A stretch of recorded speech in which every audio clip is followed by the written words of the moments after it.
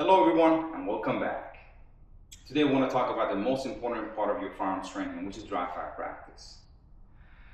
Dry fire practice probably is the easiest way and cheapest way to get really good at your shooting, right? You can work on anything you want. On your draw, your biomechanics, your trigger control, and also on your vision, right? Find your sights on a target or your dot on a target. All depends on what type of aiming device you have on your pistol. Okay. Do we need to do 2-3 hours a day? Not really. Depends on what your goal, right? If you're a competition guy or you're going to matches all the time, okay, then you need to spend more time on your dry fire practice. But if you're just a regular person, you just want to be get good at your draw, trigger control, then with 10-20 minutes a day, I think you can make a huge improvement in your performance after 2-3 months. Now, to me, two-part is very important when it comes down to dry fire practice. And one is the weight balance. What do I mean? Usually when we are doing our dry fire practice, we need to make sure that there is no live round in the weapon, and a lot of people, they train with no magazine in the gun. The problem with that is your gun is front heavy at that point. It's kind of like off balance a little bit. I want to get the gun closest to when I'm shooting live rounds, right? What do I need is, I need to make sure I buy a bunch of these heavy dummy rounds. I fill my mag with those, and then I insert the magazine in the gun.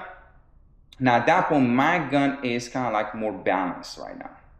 All right, then I will do my dry fire practice.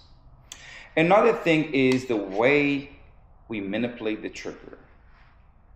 Now, usually people, when they're doing the dry fire practice, they prep the trigger, then they press the trigger, they pin it back, then they reset, and they repeat that process. But in reality, when we are shooting live rounds, I do not want to pin the trigger back, right? I want to make sure that as soon as I press the trigger, I'm back to my trigger reset, as you see here.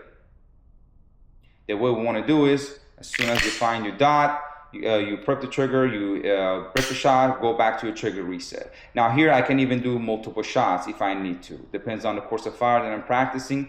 Here I can come up with different targets and work on target transition, right? And I can take multiple shots.